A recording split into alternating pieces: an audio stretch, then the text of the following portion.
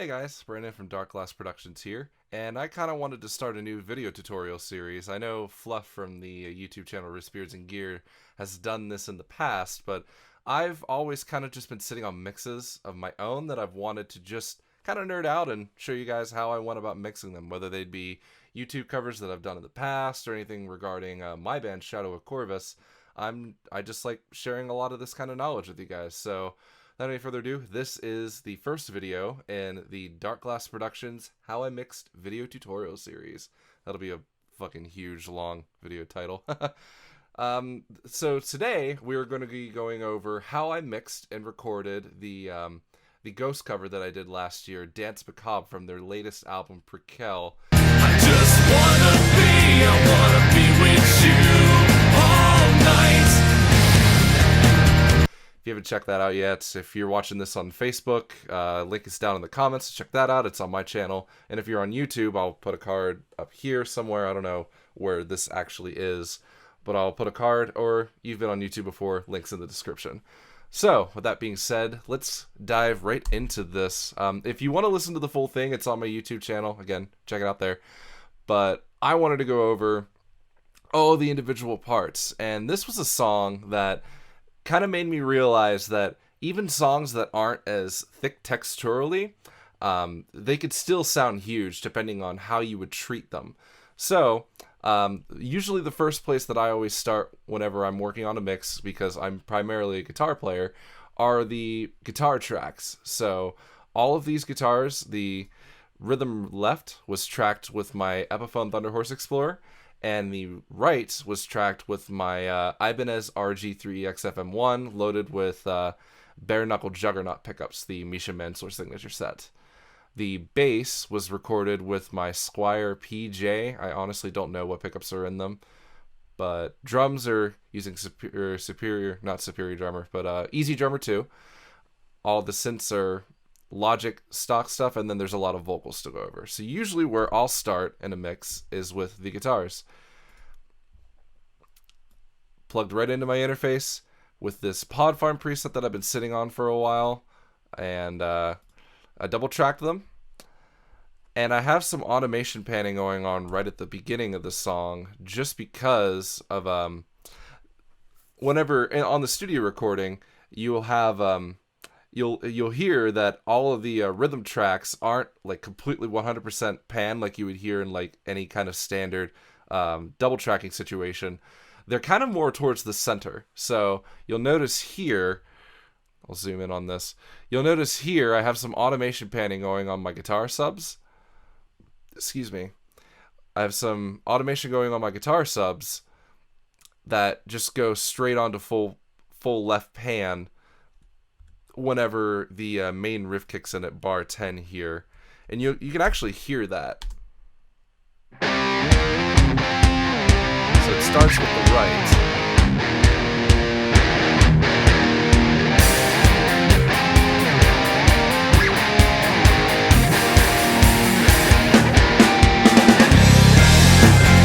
and then you'll hear once it gets to like the beat before bar 10, it goes hard pan, just to make that stereo separation and make it sound like a full mix.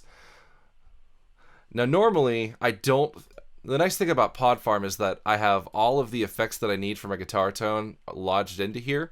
I'm using a built-in Cab IR from Pod Farm, though I probably would change that these days. The noise gate's built in. I have a very, very slight reverb going on in here, as well as a boost in EQ. This EQ that's in Pod Farm 2 kind of acts as kind of like an overdrive, but also like your standard EQ pedal. So you can look at my settings here. I just have the delay. I have the delay turned off just because I didn't need it for this song. Normally I wouldn't throw a reverb on top of that patch, but I felt like it was missing a bit of liveliness, so I added one in. I really like this Pro R from FabFilter because you could get it to sound really cavernous and really show a lot of character, but you could also make it sound very minimalistic too. And the nice thing is that you can EQ the reverb out if you're finding trouble areas, and I was finding a couple trouble spots with the guitars, mainly just in the lower mids as well as accentuating the higher mids and rolling off at about 9K, and just this little small dip at 3.2K. So without the reverb, I'll just solo up these rhythm tracks. Without the reverb, this is what the guitars sound like.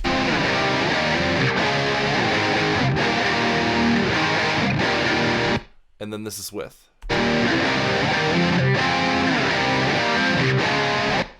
Very subtle, and you could hear it on the tail, but it's there. I just felt like because of this being a Ghost song, this would fit more into the style of this kind of sound rather than just having them just be dry guitar tracks. So with that being said, that's all that the guitars are doing in terms of the rhythms. For the bass, let me unsolo that here. We'll get to these lead guitar parts here in a minute. For the bass, I'm also using another Pod Farm preset that I created. I also threw an overdrive over top of it and a compressor after the fact. I'm a huge fan of compressing my bass on the way in, but I don't have a hardware compressor to do that. So I try to emulate it through Pod Farm after the distortion pedal and after the amping cabinet. And everything's all pre-built into Pod Farm. That's one of the nice things about running amp sims. So not only am I blending a process bass track, this guy down here, but I'm also blending in just the straight bass DI. This is a pretty common trick, especially in genres of music such as this one, where you'll blend in the raw DI track with a processed one. So just by itself, this is what the bass sounds like.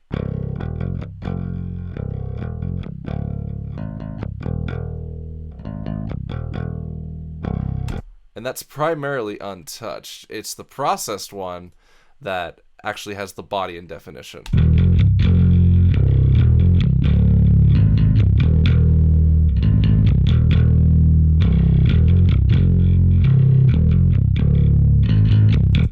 But you'll notice with the processing that I have going on in Pod Farm, I did throw a bit of a high shelf EQ on at about the 6.7K range. Not very much, about 3 dB or so, as well as this notch at 3.1, just to give it a bit more liveliness. But even after that, I felt like I wasn't getting enough high end, so I decided to blend in the DI with the bass. So as I mix this in, you'll start to hear the top end and the clank of the bass strings start to come through, especially during the verse, whenever it's just the drums and the bass and the vocals, as well as the synths. So this is without the DI. And I'll mix in the DI signal.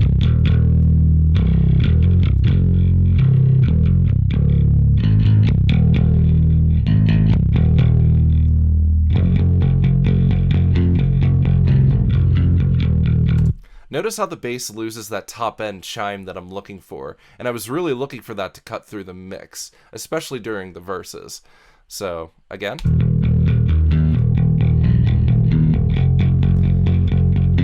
And then in the context of the mix, chill out.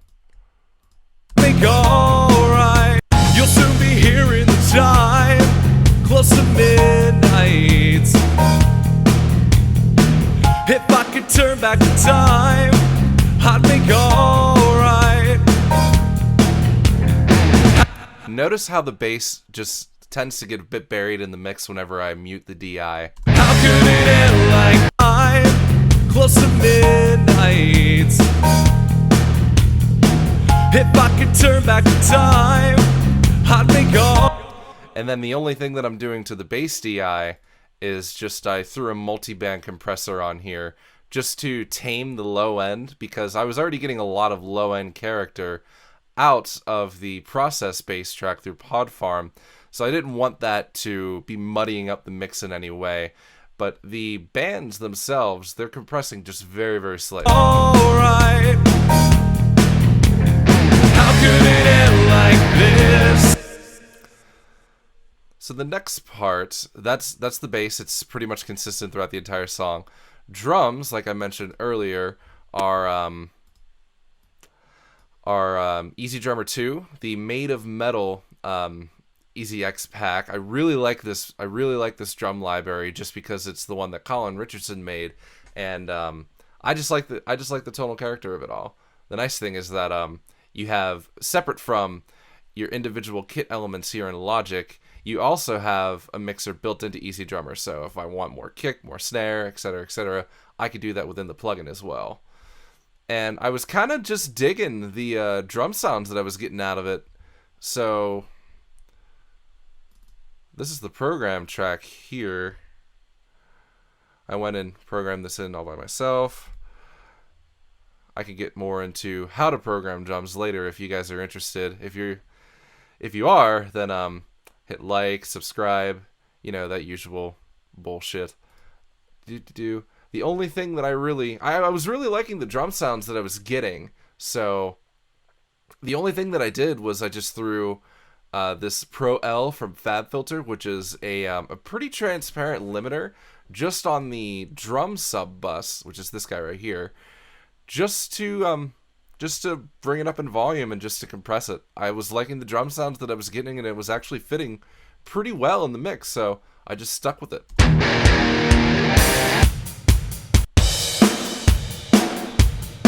Here's the DAW.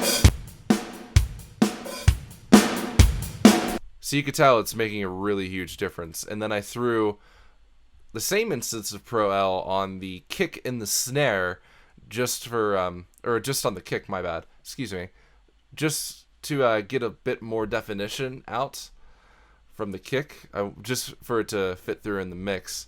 And then I threw this very, very slight EQ on. It's probably going to be barely even noticeable in the mix, but when you solo them, it will be pretty noticeable.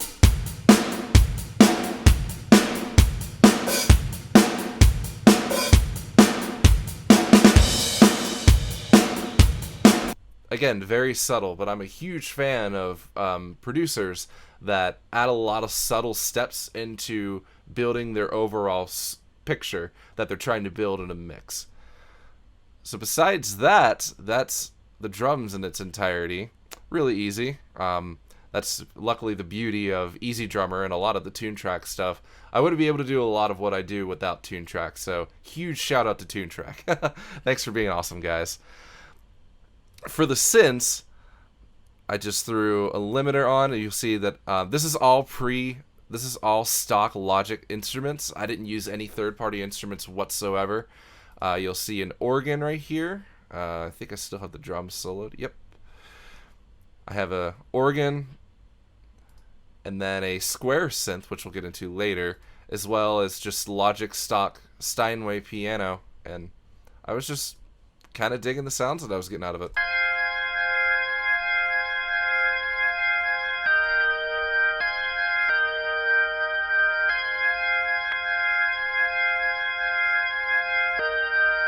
Using the church door organ preset, I didn't really mess with that all that much. The synth is where I really messed with it because ES2 is a little bit intimidating to me. It's something that I'm still trying to get the hang of, but it's a very powerful synthesizer that's pre-built into Logic. I just used a preset just for the solo to double up on the lead guitars, and then the grand piano is also the ESX 24 on the Steinway and Grand preset. And all of this for the synths, these are just pre-built-in effects. There's a channel EQ on it. We'll get into that once we get to the lead solo. But I just threw a limiter on the piano just to make it cut and give it a bit more attack. You can tell I'm not adding a whole lot of gain here. And then just a reverb, because every great Steinway grand piano, especially for a song like this, deserves to have a bit of reverb on it. Not very high in the mix, but the decay rate is at a medium. I'm a big fan of darker reverbs, and then I could always brighten them later. Excuse me.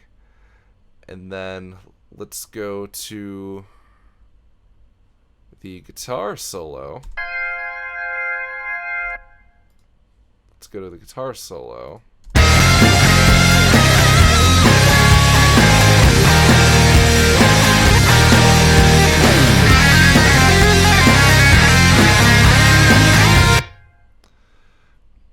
again, running the lead guitars, which were all recorded with my Epiphone Thunderhorse Explorer, into this Pod Farm preset. I guess one thing I should also note at the beginning of the video that I didn't do is that this song's original key and tuning is in the key of G minor, so the guitars and the bass would be tuned to D standard. Because of my baritone voice, I actually found this to be a lot more comfortable to sing in a whole step down. So this cover is actually in F minor, which is a whole step down from the original studio recording. So the guitars and the bass are all in C standard.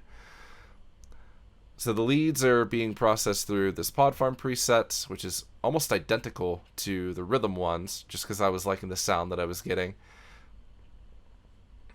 With the addition of the delays not being on here. I thought they were. Nope, they are not.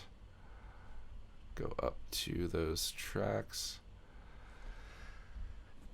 And just because I wanted to make this cover my own, I actually added dual harmonized guitars to the guitar solo in certain parts, just because I'm a huge Def Clock fan, and Brendan's known for putting a crap ton of that stuff into his work. So I've always been a huge fan of it, and I wanted to try it and see if it actually worked for this song. So you'll actually hear it in these parts. Let me...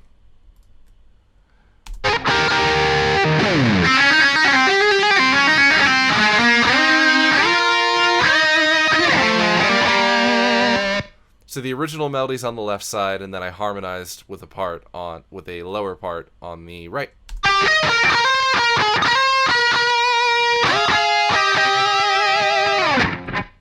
Then as well as at the end too.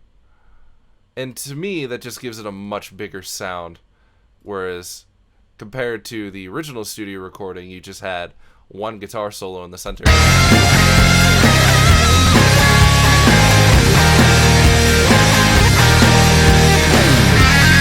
And then I added the dual harmonized guitar parts right here.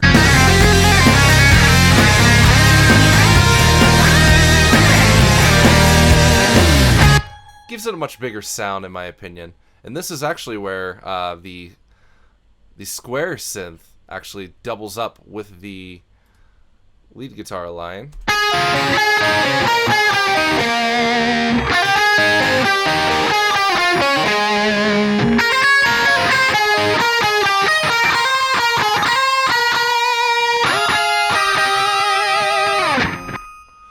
It's not meant to be like super prevalent in the mix. It's meant to just be harmonic support for it.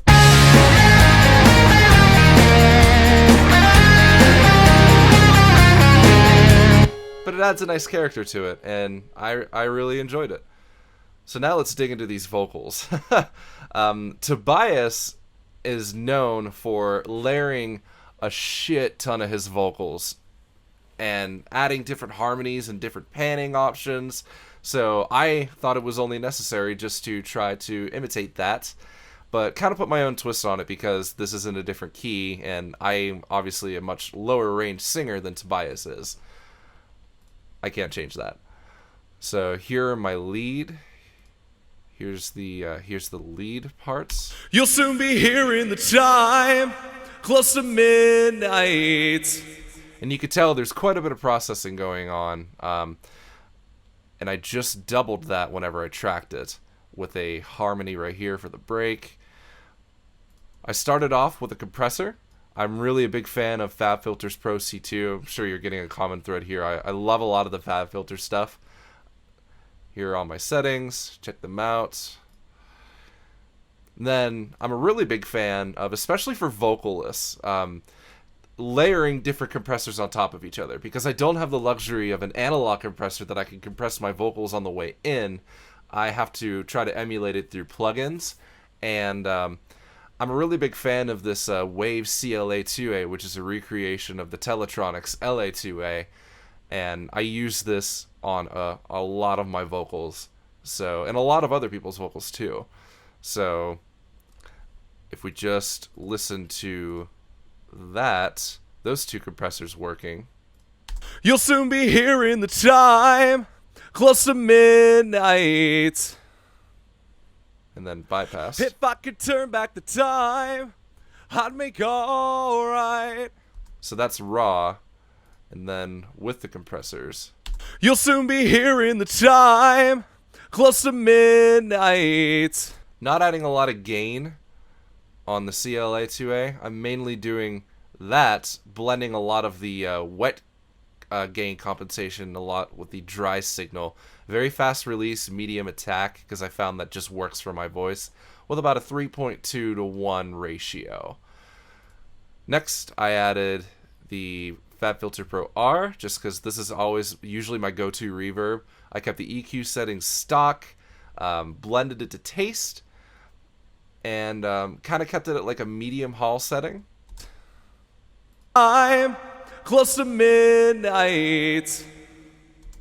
I felt like that worked well for the mix. Next, I added actually one of the delays from Pod Farm, just because a lot of the delays that I had weren't really fitting. I wanted a ping pong delay just for some added sonic goodness. I just couldn't find one that was just really suiting the mix's needs until I realized that Pod Farm actually allows you to use the effects that are built into that amp sim on individual tracks themselves. So I found this ping pong delay, and I really liked it. How could it end like this? There's a sting in the way you kiss me. Something within your eyes said it could be the last time.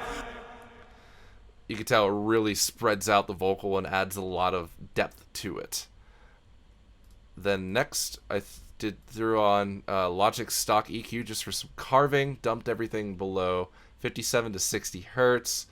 Added a short boost at 100 hertz. I dipped out in the kind of the lower mid, more towards the mid-range section, just because with the tone of my voice, I found this to kind of be the problem area. And then I just added some shimmer at about 7.5K. You can tell that's quite a drastic boost. And then dumped everything above 15K. Added a boost at 2.8. Pretty significant one, just because the color of my voice isn't very bright, so usually I have to compensate for that. And then I threw on FabFilters Pro L just for some added compression, just to make it cut through a bit better. So this is with all of the effects. How could it end like this?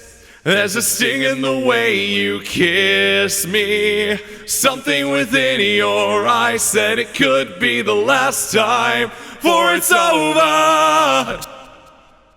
And then the chorus is actually 5-part harmonies, if you could believe that. Or they're 4-part, excuse me. The lead line is doubled, and then I have harmonies stacked on top of that, below and above. But the lead melody is the lead melody that you hear Tobias singing in the song, primarily.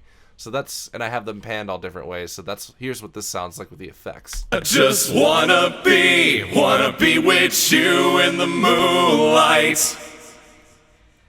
I just wanna be with you all night. It's pretty big, and whenever you add it into the mix, I think it sits fairly well. Wanna be with you in the moonlight. And that's always a big thing in my mixes. I always try to strive for clarity. I want the listener to always hear every single part of the song in the way that I'm hearing it in my head. And that's especially prevalent for vocals, because vocals, and especially in a rock mix like this, is one of the most prevalent parts of the mix. So you want people to latch on to that primarily. So I think this sits fairly well. And then these two effects here at the end are just the small and large plate reverb that are going back to the square synth that was just preset in Logic. I don't have the chorus enabled just because I felt like it wasn't fitting all that well. This is a built-in reverb. I still have yet to play with this, but this is just what came up, as well as a bare bones EQ just for carving that I ended up not even using. So that's it for all the instrumentation. For the master bus, I threw on an EQ. I dropped the level just a bit because I wanted to leave myself some headroom for some mastering. I threw a high pass filter on at about 60 hertz just because I felt like there wasn't a lot of information that was really necessary. And then a limiter just to glue it all together. You'll notice that I didn't add any gain. The one thing I really like about this FabFilter Pro L is that it's one of the more transparent limiters in my arsenal. So it's a limiter that I could throw on to a master bus or like a instrument sub, and I don't have to worry about it compressing the hell out of whatever I'm throwing it onto. It's just catching anything that's peeking out. So for example, the bass guitar is pretty low in gain stage, but when it comes to the actual master out, especially during the chorus, this can get a little heavy. Wanna be with you in the moonlight.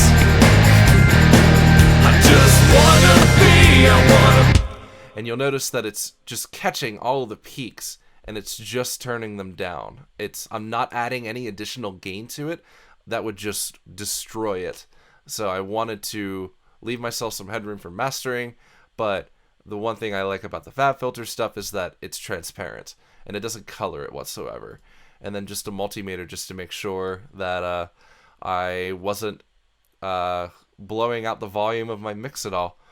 So that is how I mixed the Ghost song Dance Macabre from their newest album Prequelle. If you guys want to see more of these how I mix tutorials, or if you have any questions, leave them down below in the comments. Throw me a like, throw me a subscribe. This is going to be where I'm going to be uploading all of the video tutorials and stuff as I start digging more into them.